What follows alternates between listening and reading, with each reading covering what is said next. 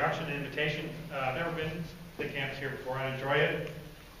Any place I can go where people are excited about economics, that makes my day. So I'm going to tell you a little bit about what's in my book, give you a few highlights, and then hopefully we can have a question and answer and talk more about it. That's my favorite part. So what I try to do in the book is tackle the question of why the labor market contracted or shrank so much and why it remains depressed. And there have been a lot of clever theories along those lines. You probably heard a lot of theories. And I'm not here to catalog all the theories for you. I don't know how helpful that is. The problem with the catalog of theories is you don't get a feel for, does this theory explain 2% of what happened, or 20%, or 80%? And I want to give you an idea on how to do that. So that's the good news. And the bad news is we got to have a quantitative conversation. We have to talk about numbers. We have to talk about how big, how important are some of these economic forces. So the material is a little bit more difficult along those lines because we're going to dive into some numbers.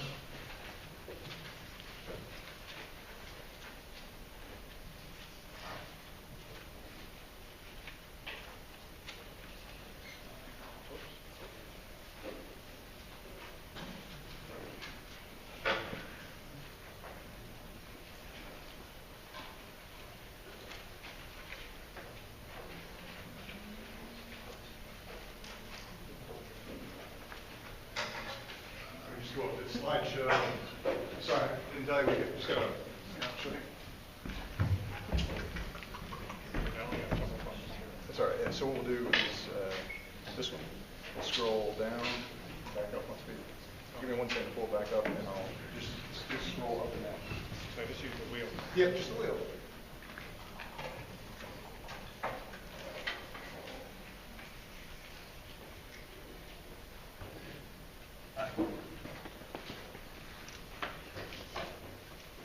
Okay, there we go.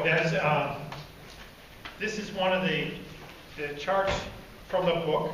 I've updated it for you through this summer, really. The government was shut down, so we're missing the last month of numbers. But I've updated. You got about 20 extra months here than you have in the book. And the gray and black series, those are really the two most reported. Every month you hear about these series, measures of employment. I've measured them on a per person basis, or per 1,000 persons. So you can see from those lines something like 400 people per 1,000 are employed. And then the red line is a measure of hours worked per person. Either way you look at it, there was a pretty big collapse, contraction in the market for labor in 2008 and 9.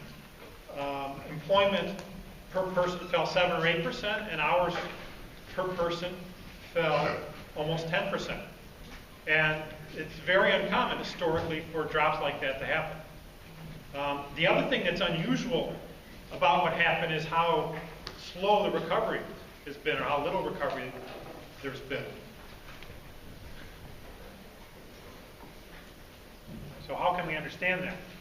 I kind of broke it down, think of it as a mystery or a crime to be solved, although it might not be a crime in the end of the day. There might not be any criminal, but I break it down as a mystery looking for clues. And the first clue I looked at, and I want to show you, was productivity, the productivity data. Give us a little hint at what caused this. And the conclusion from that is that something made employees seem more expensive. Employers maybe accurately or inaccurately perceived that employees were more expensive, so they cut back on the amount of employment they use. You see that in the productivity data. Now that's only one clue.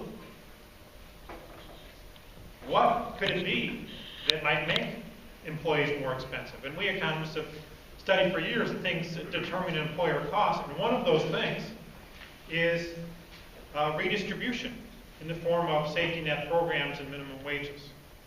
So what I did in the second stage, in examining the second set of clues, is try to look at, was there any change in the amount of redistribution in the labor market?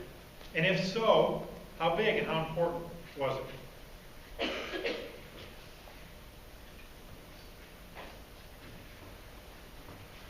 The third step is, once we've seen that there was some change in redistribution and how important it was, is to look at some of the known effects of redistribution. We've understand from past research, for every point you add to the tax rate on people's incomes, how much does that depress employment and hours, and how does it affect wages? So the third clue is I try to have some expectation of how big the behavioral changes ought to be. And the conclusion there is that the redistribution that we see happening, the new redistribution we see happening in the past several years, is big enough to be the single largest factor depressing work hours. Not necessarily the only factor, but the single largest. The third thing I look at is that try to appreciate that redistribution doesn't hit everybody the same way. It doesn't hit all groups the same way. So if it were true that redistribution was a major factor depressing the labor market, it ought to depress some parts of the labor market more than others, namely those parts that are the most affected by redistribution. So that's what I look in the fourth set of clues.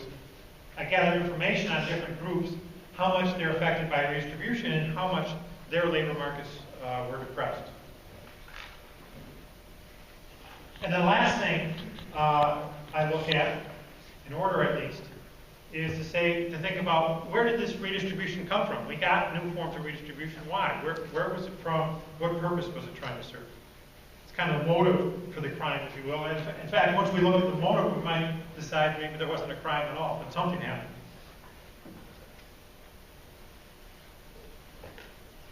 So that's really the pathway of investigation in the book, and I just want to show you maybe one highlight from each of the stops along this path.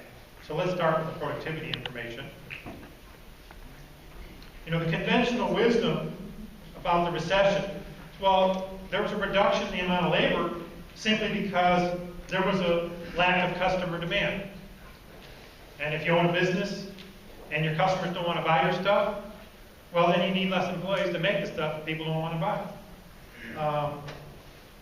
We can take this conventional wisdom a bit further because labor is not the only thing that's used to satisfy customers. Machines and equipment, capital of various kinds used as well. So if that conventional wisdom were correct, what you ought to see is that when there's less customers, there ought to be less usage of all kinds of things in production, not just labor. It turns out it's easy to find an industry or two that work this way, and that's what I'm showing you in table 2.2 here. Start with the manufacturing industry. The manufacturing is an industry where I very much agree with the conventional wisdom that there were less customers wanting to buy things like automobiles. And manufacturers or businesses in that industry were going to react by cutting their labor and their other inputs as well. So the first figure I have to show you is how much output declined in manufacturing. Declined 17 log points. That's about 17%. Labor hours fell about the same, 19 log points. And then, by subtraction, since we know how much output fell in manufacturing and how much labor fell, we can guess by subtraction how much the non-labor inputs, especially capital inputs, fell. And that number in bold, the 15 in bold, is my estimate by subtraction, how much non-labor inputs shrank. So all the inputs shrank. They're all negative numbers here. Negative 17, negative 19, negative 15. They all shrank, and all more or less in the same amount. What's nice about the manufacturing industry is we have an independent measure of how manufacturers are using the non-labor inputs. It's a measure of capacity utilization. It's measured directly. You don't have to get it by subtraction like I did. And sure enough, that measure confirms that in manufacturing they were reducing their usage of capital at about 15 log points, in fact 16 to be exact. So that very much fits the conventional wisdom picture that, look, you got less people wanting to buy manufactured goods, you need to use less labor, and to the extent you can, use less capital. That's fine.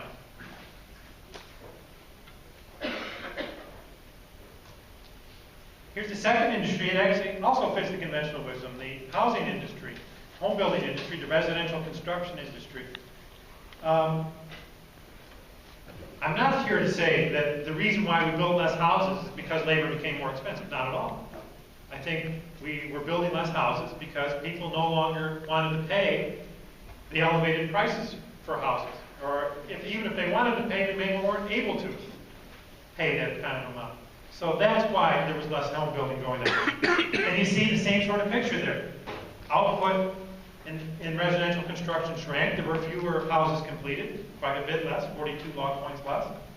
Labor hours shrank, again about the same amount. The output shrank, 44 log points. And then by subtraction, we infer that non-labor inputs, cranes, shovels, tractors, were also used less in building houses, and it all fits the story, the conventional wisdom. Here's the problem with the conventional wisdom. The anecdotes we've heard have come from these two industries. But these two industries are a small part of our economy. About 15% of our economy are these two industries, and the other 85% is other stuff. And I'm not ready to embrace the conventional wisdom about a decline in demand until I've looked at the other industries. So here's a third industry that I'm sure all the students are familiar with. My family's familiar with it. It's the, we don't refer to it this way around the dinner table, the wireless telecommunication industry. They're selling you cell phone services, not the physical phone, but the services to get phone calls and data on your devices. There are companies like AT&T, US Cellular, Straight Talk. Those are the types of companies producing into this industry. And this is an industry, in the first row we see something unusual, a positive number. In this industry over this time period, output expanded. You can measure output a lot of different ways in the industry. One way to measure it is the number of phone numbers that are serviced. It went up. Output went up in this industry about 9%. Yet, like the other industries in the entire economy, labor went down. So you have the wireless telecommunications industry who doesn't appear to have a lack of customers. They got more customers than ever, but less labor. They cut their labor by very much like manufacturing did. And so by subtraction, I can infer, as the bold 13, that there was an increase in non-labor inputs. If we were just to look at this industry, we'd say, what's going on here is not producing less, customers buying less, more revenue in this industry than ever.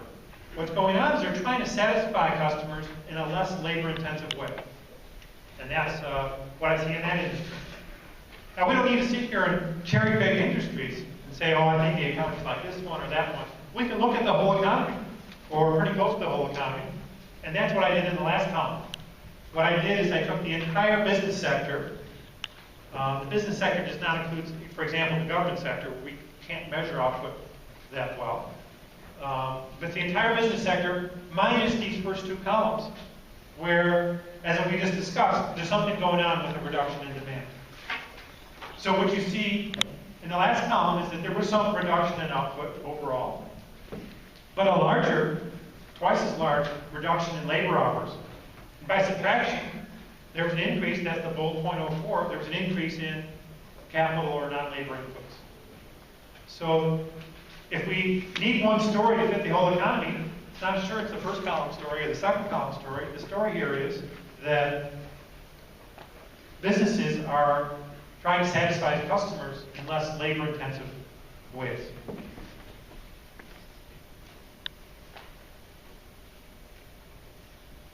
So that's clue number one.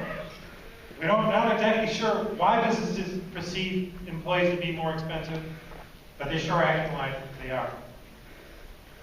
So the second set of clues is let's think about some of the reasons why employees might be more expensive. And the first one I looked at is redistribution in the form of safety net programs. Now I want to first of all try to detect was there any change in redistribution. There's been redistribution for years and years, but was there any change in redistribution? And if so, what direction and how much? And I don't have time to go through all of these points. I want to just point to really two of them, two objectives in this part of the analysis. Number one, Well, I want to recognize that we're dealing with what economists call labor supply, or incentives to work, or rewards to working. Because what safety net programs do is they give help to people who aren't working, or to people who are working less than normal. And the more you have when you're not working, the less you need to work. And so one of the side effects of helping people when they're not working is you reduce the reward to working. That's the first thing we need to recognize in looking at that. The second thing I want to emphasize is because there are so many safety net programs out there, dozens and dozens of federal programs, not to mention the state programs, I want to try to have a whole picture. I don't want to give you a study of just one particular program or one parameter of one program. I want to try to give you a complete picture as I can. So in the results I'm going to show you, are going to represent really the safety net as a whole, or as much of the whole as I could possibly represent.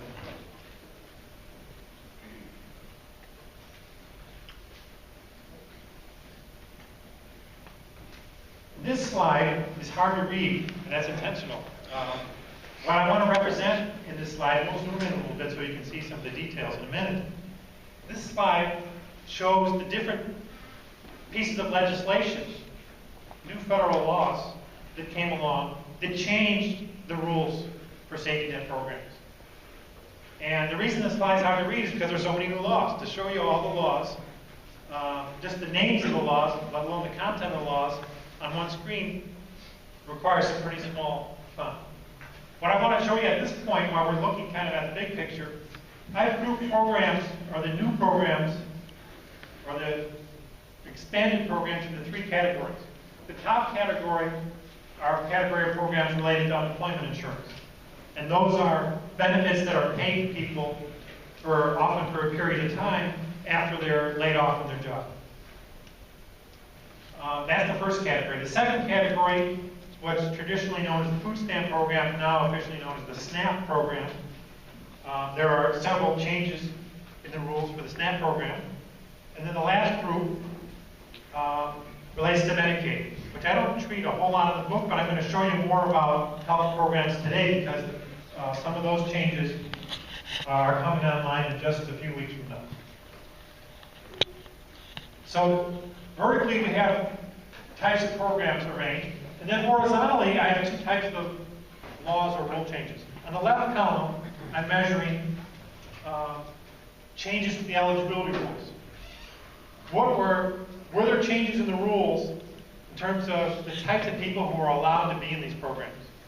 And the answer is yes, and each one of the items in the left column changed some of those rules. And then the right-hand column are measures in change in the amount of benefits. Taking as given that you're allowed to be in the program, how much is the program going to help you? And we had changes in those rules as well. Those are tracked in the right column. Now let's, so you can see some of the detail, let's zoom in. I'm going to zoom into the top part, the UI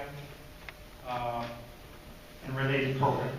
So here we have, as I remember, 5 different changes in eligibility rules and 4 changes in benefit rules. I've indicated in red those rule changes that relate to the length of time after your layoff that you can receive unemployment benefits. And you've probably heard about this, it's gotten a lot of press, that for a while there, in 2009, 2010, 2011, people after they were laid off could receive unemployment benefits for up to 99 weeks, almost 2 years. And the red laws were laws that created that situation. What I want to emphasize today is those are not the only rule changes in the unemployment and related programs. They're not even the only eligibility rule changes. There were eligibility rule changes beyond those dealing with the number of weeks. And that doesn't even get to changes in the amount of benefits. There were new rules in place in the direction of more generous benefits, more dollars per week, help with your health insurance. There was a law that came in place, it's been phased out now that said after you were laid off from your job, not only will you get the traditional unemployment check for up to 99 weeks, but you also will pay for 2/3 of your health insurance expenses, which is no little benefit. Health insurance these days is a very expensive item. So you might have heard some analysis of the 99 weeks, and economists look at it and say, you know what, that 99 weeks is a factor. The longer you take people to be unemployed, the longer they will be unemployed, and that's going to raise the unemployment rate by a negative point. But in fact, the unemployment rate up 4 points, so 3 out of 4 points got nothing to do with this stuff. And there's really 2 mistakes with that line of reasoning. Number one, you only look at the red squares. You got 1 point out of the red squares, but what about the other rule changes? All in the direction of more generosity. What about the rule changes I haven't even showed you, but related to the food stamp program and the health programs? You got to count those too. The other thing that hasn't been recognized yet adequately, although as economists we think we'd want to look at it at some point, is that unemployment benefits make layoffs less expensive. The whole point of unemployment benefits is to make a layoff less painful. That's why we have the benefits, and it's a good reason to have them. But when you make something less painful, people and businesses are going to take less effort to avoid it. Less painful, the less you take to avoid it. The more painful it is, the more you do to avoid it. And there are things that businesses and people can do to avoid layoffs. When they can adjust to, say, a reduction in customer demand. They can cut their hours instead of firing people. They can work harder. They can cut their prices and charge their customers less. Try to get their customers to buy more by charging them less. These are all steps that businesses and people can take. But when we had these programs in place that were making unemployment less painful, there was less reason to take those steps and avoid the layoffs. So you have to account for that as well. And when you bring in, as I'll show you, when you bring in these other rules and you bring in these other sorts of adjustments that the labor market makes to unemployment benefits, you start to see multiple unemployment rate points coming from these programs.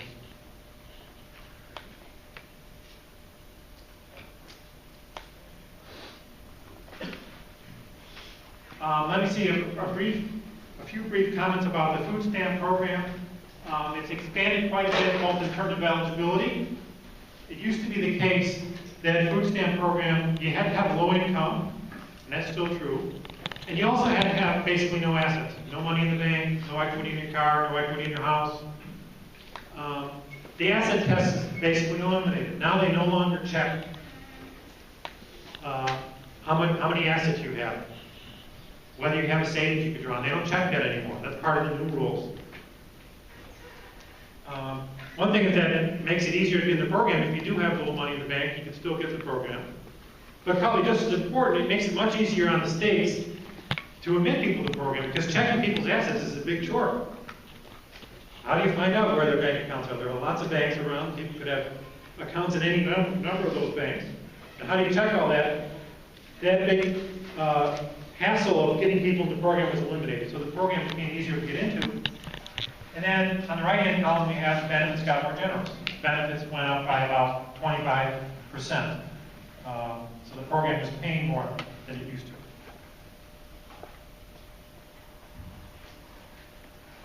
Now the bottom line here is that the pink line is what I did is at each month between 2007 and 2012, I measured how much help did you get under the program rules in effect in that month.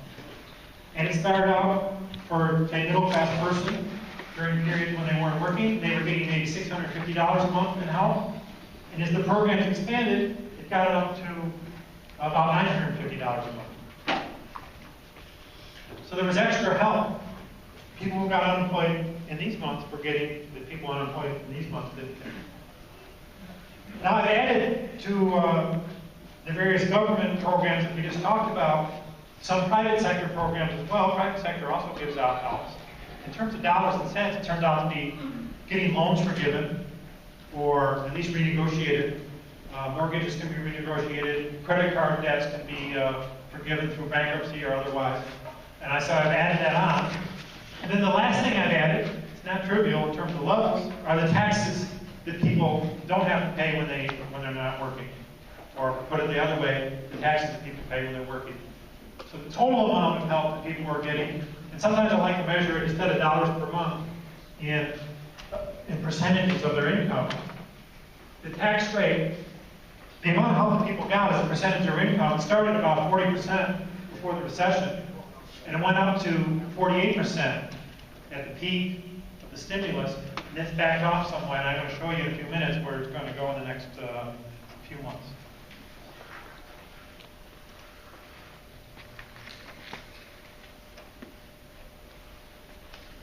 So that change in, sometimes I call it tax rate, the help that you're getting, from 40 to 48% over a 2-year period. This is a decomposition of that change into some of the different programs we looked at. So the bottom category, and this is the single biggest category, is that change to 99 weeks. The infamous 99 weeks of unemployment insurance is the single biggest factor increasing the amount of help that unemployed people and people who weren't working were getting. It's the single biggest factor. On the other hand, it's only about a third of the extra help people were getting. Other programs also added in extra help. And I'm going to emphasize this is extra help. People got help when they got unemployed before the recession. This is additional help you would get by being unemployed during the recession. SNAP programs, a big contributor there. And mortgage, help with mortgages is another big program. Other programs add up to, as we said, 8 percentage points going from 40 to 48%.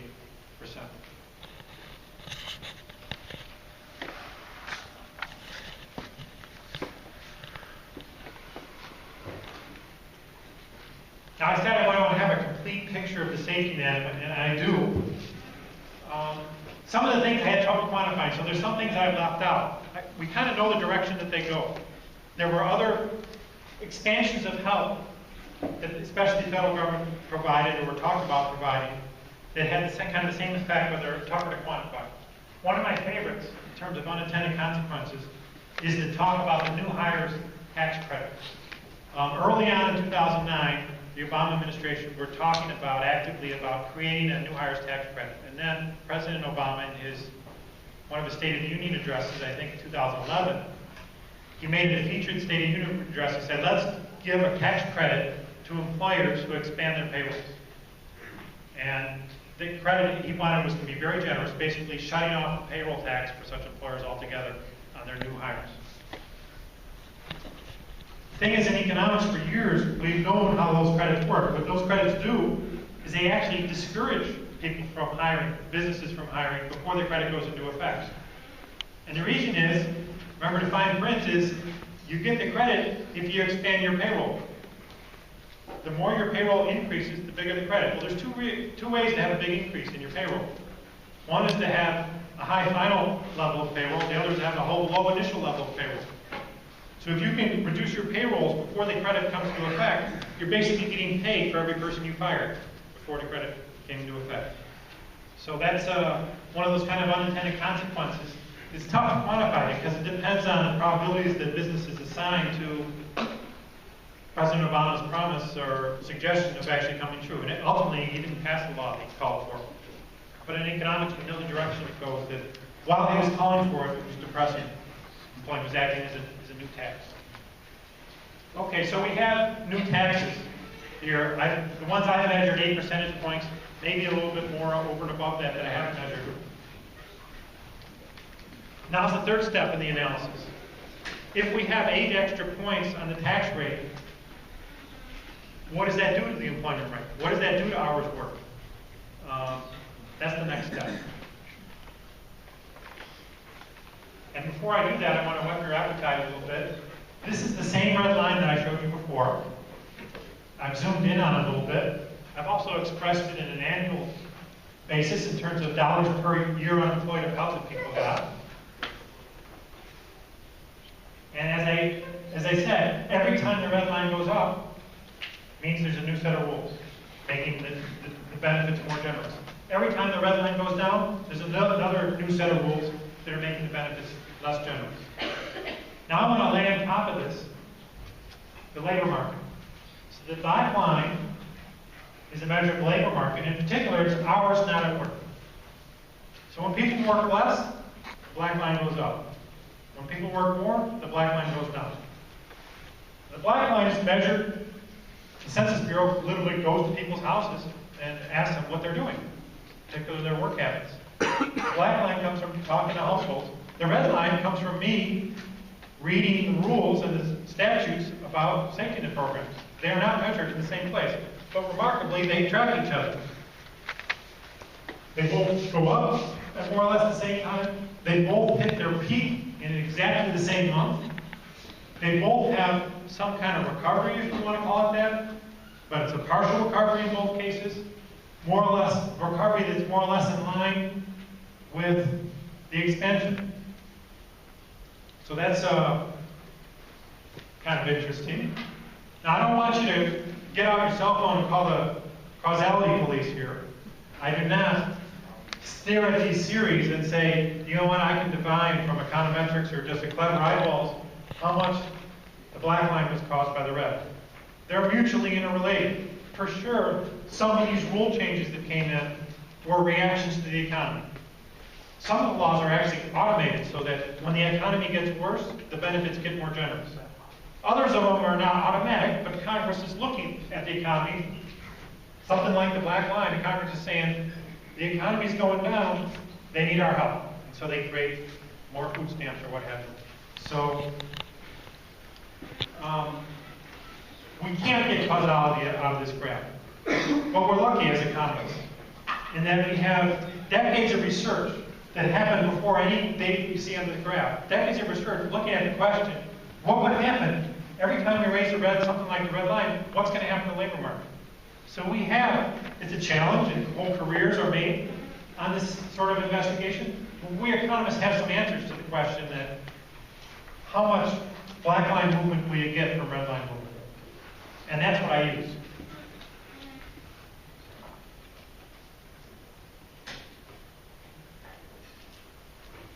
And the way we organize this sort of information is the supply and demand analysis. The upward sloping curves represent the supply of labor.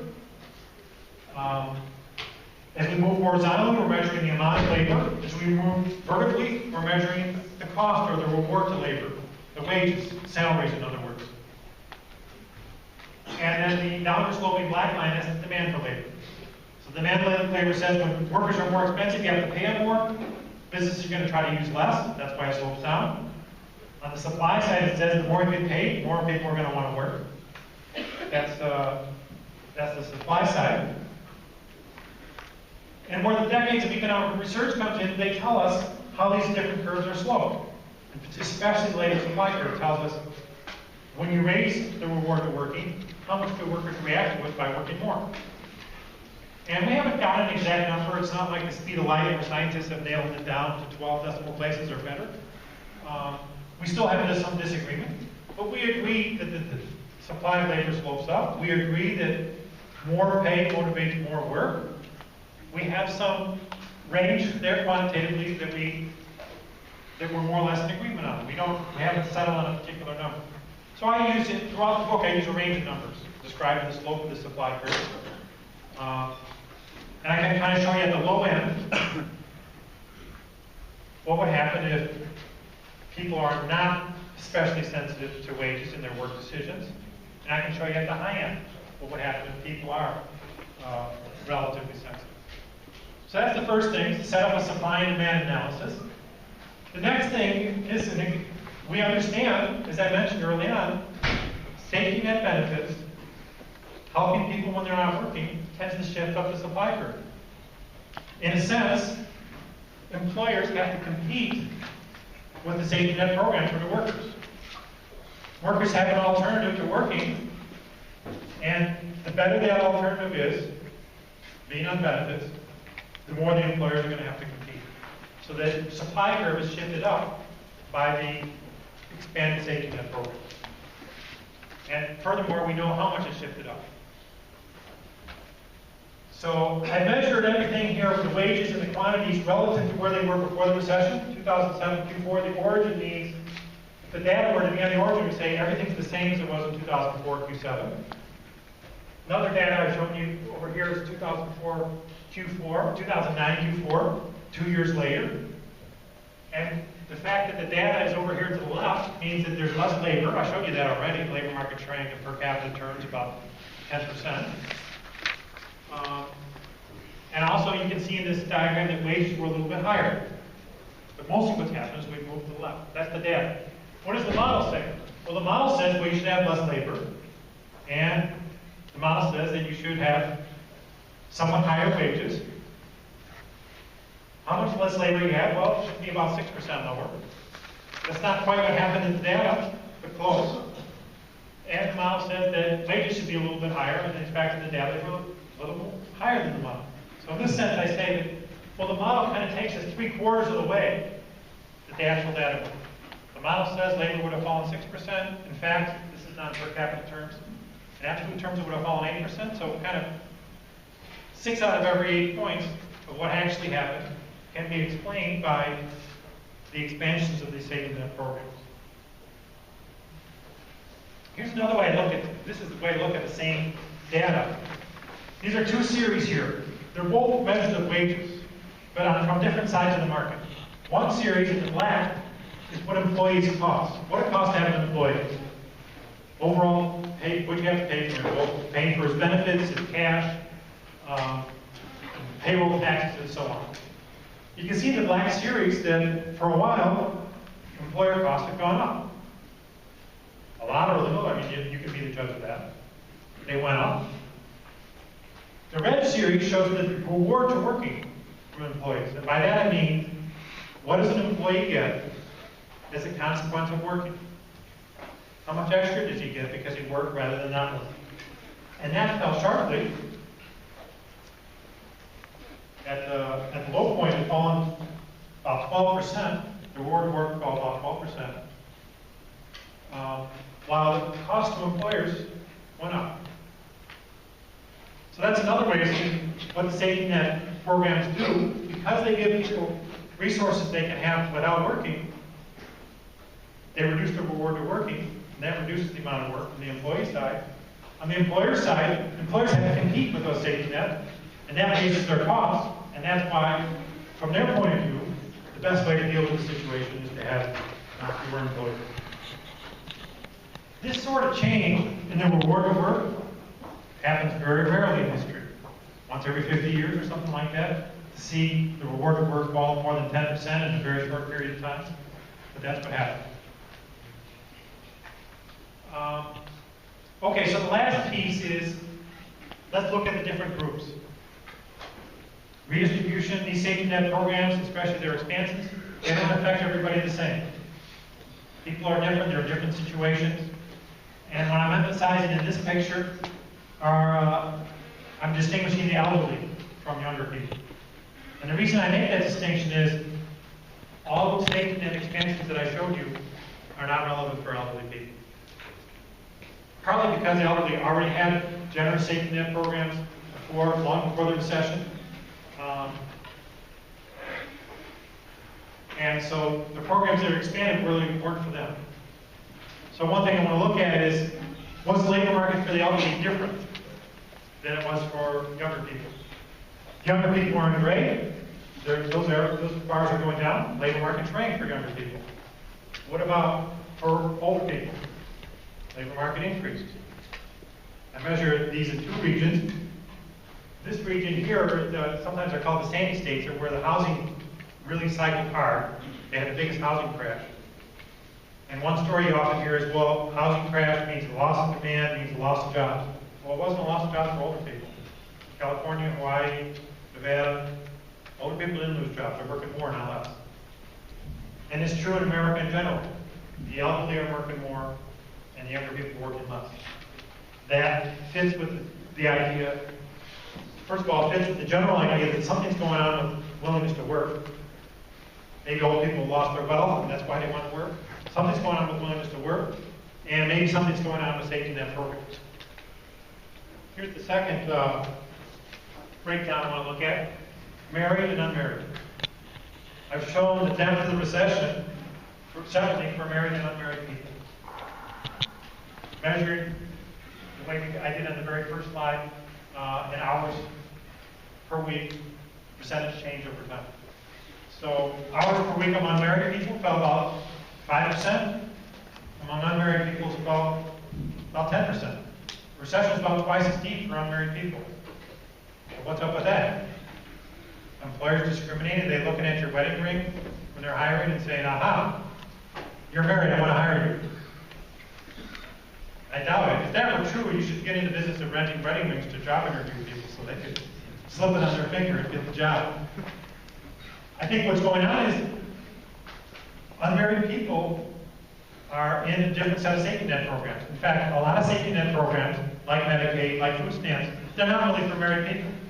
They're based on household income, and pretty much anyone who's married is going to have household income that's beyond the threshold. So what was happening is you were getting safety net expansions on top of a very generous safety net for unmarried people. Married people, they got the 99 weeks just like the unmarried people, but otherwise their safety net, number one, wasn't very comfortable. Number two, it wasn't expanding very much, so they reacted less.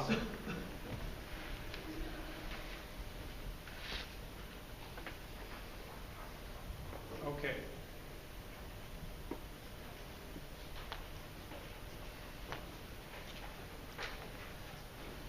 Now let me say a word about where did these safety net expansions come from. The red line said partly a reaction, automatic reaction, Congress reacting to what's going on in the economy. That's definitely the case. In fact, I'm even comfortable with the point of view that we should have expanded the safety net programs. That people are more scared, and regular middle-class Americans 10 years ago couldn't imagine being on food stamps, but now they can imagine it fearfully. And they say, you know what, I'm supportive of that food stamp program because I might be on it, or my son or daughter might be on it. So let's expand it. I don't have a problem with that interpretation. But we have to recognize that when we expand the help we give to people, that's going to depress the labor market. Maybe it's a price worth paying, but it's part of the price of generosity and helping people. So I'm not against helping people. I'm not even against the idea necessarily that we should have helped people more. Maybe we should go even further in the future toward helping people. But we got to recognize that every time we step in the direction of more help, we're stepping in the direction of a smaller labor market.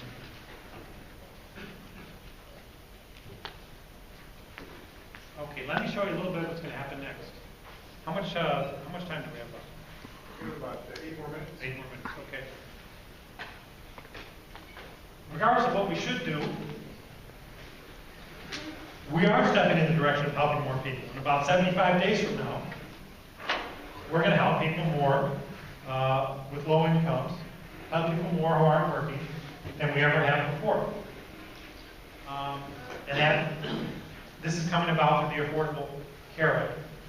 And there are a bunch of different aspects of the Act that have this feature, that they're going to reduce the reward of work and expand the help that people get. Number one, not necessarily in order, there's going to be penalties on employers. And penalties on employers are more or less penalties on employees. You can't really separate the two. And so people with jobs are going to end up paying more than they used to. That'll discourage people from working. There's going to be a set of credits. Generous credits, sometimes as big as $15,000 a year, for people to pay for their health care. And those credits are going to be primarily available to people who don't work.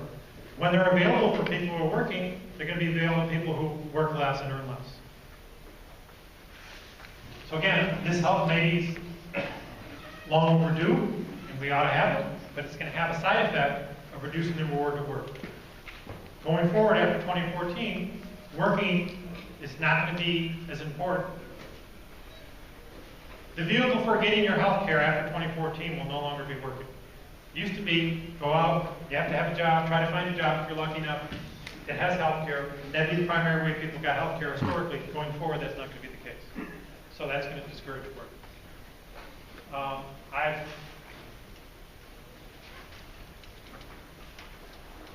What I brought with you today, you can't get this in the book because the book's about a year old now.